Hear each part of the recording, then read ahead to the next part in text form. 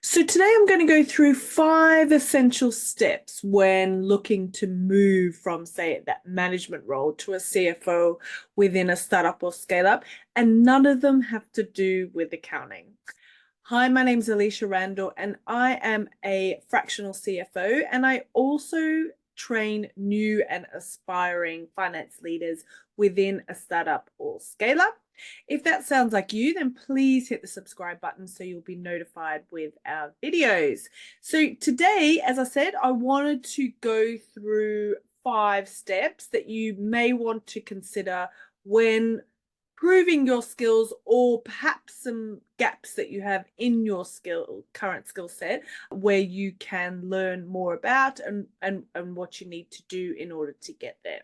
So the first one is embracing a strategic mindset. So unlike that more traditional corporate role, a startup CFO has to obviously not just think about numbers, but also about the company's financial direction and overall strategy. So that big mindset shift is really thinking big picture. So accountants are obviously, in general, not all, but in general, are good at getting into the weeds and looking at the details, but actually want to think about that bigger picture, where the company is heading to and what the future is and the potential planning outcomes of that business. You need to also be quite proactive. So in a more traditional accounting role, it's very reactive, it's looking backwards. Whereas with a CFO role across the board, not just in a startup or scale up, you expected to go out and seek issues, seek opportunities, seek potential financial roadblocks, and really work with the leadership team to make sure that you can plug any gaps before they become critical. And also it's that focus on growth. So startups and scale ups, the nature of them is hyper growth. And so it's always looking at how the business and the finance function can really support that rapid growth and keeping an eye on sustainable practices. Number 2 is cultivating strong cross-functional relationships. So I have talked about business partnering before, and I'll leave a link for that above and below. But you really do need to spend a lot of time outside the finance function. So being able to collaborate actively across the board, not just with the leadership team, being able to speak the language of other teams, so avoiding technical jargon, avoiding accounting terms. Not everybody understands the ins and outs of a balance sheet and cash flow, and also building trust. So building that rapport with other departments so you can foster that collaboration and so that the finance function is seen as a valuable business partner rather than just a gatekeeper. Number 3 is developing a forward-thinking approach to financial management. So the CFO does need to consider more than just what has happened in the past. So there is a focus on cash flow management and making sure that there's always enough cash. So thinking about, if there's not enough cash, what can you do to increase cash within the business?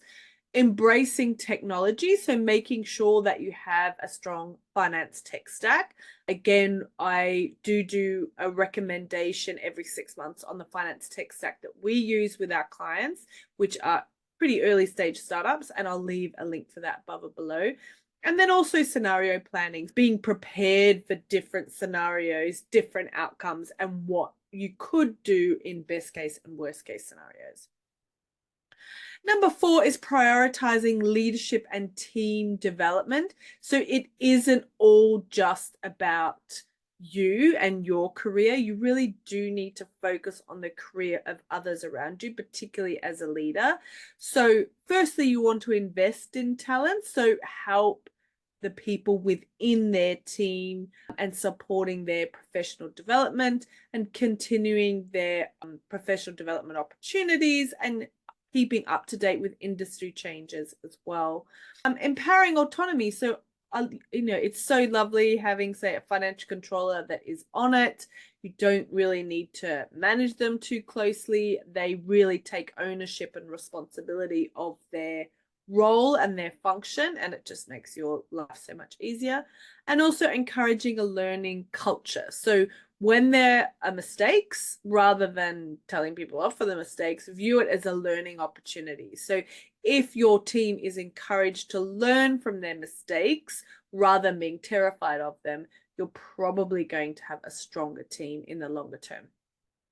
And number 5 is refining your fundraising and stakeholder communication skills. So similarly with that business partnering internal communication, you really want to understand the fundraising landscape. So familiarize yourself with different fundraising options, including venture capital, private equity, convertible loan notes. Make sure you understand what all of those things are. I did do a video relatively recently on convertible loan notes, so you can check that one out. I'll leave the link above and below. You want to be able to craft a compelling story. So investors do want to know more than numbers. They want a story that shows the company's potential for growth and return on investment. So make sure you're on it. And then again, as I said, with business partners, you want to be able to communicate clearly and regularly. Investors do need regular updates on progress. Again, they may not have a really high level of financial acumen, so you need to be able to communicate with transparency, but make it clear, simple, and concise so the investors know what you're talking about without overloading them with loads of details. So they are kind of 5 things that you can prepare yourself for or ensure that you are doing within your current role as you go through your career growth and journey. If you are interested in a free leadership guide that we have pulled together, then feel free to click on the link below, and that'll take you through to a downloadable guide that is completely for free. Otherwise, don't forget to hit subscribe, and I'll see you next week. Cheers.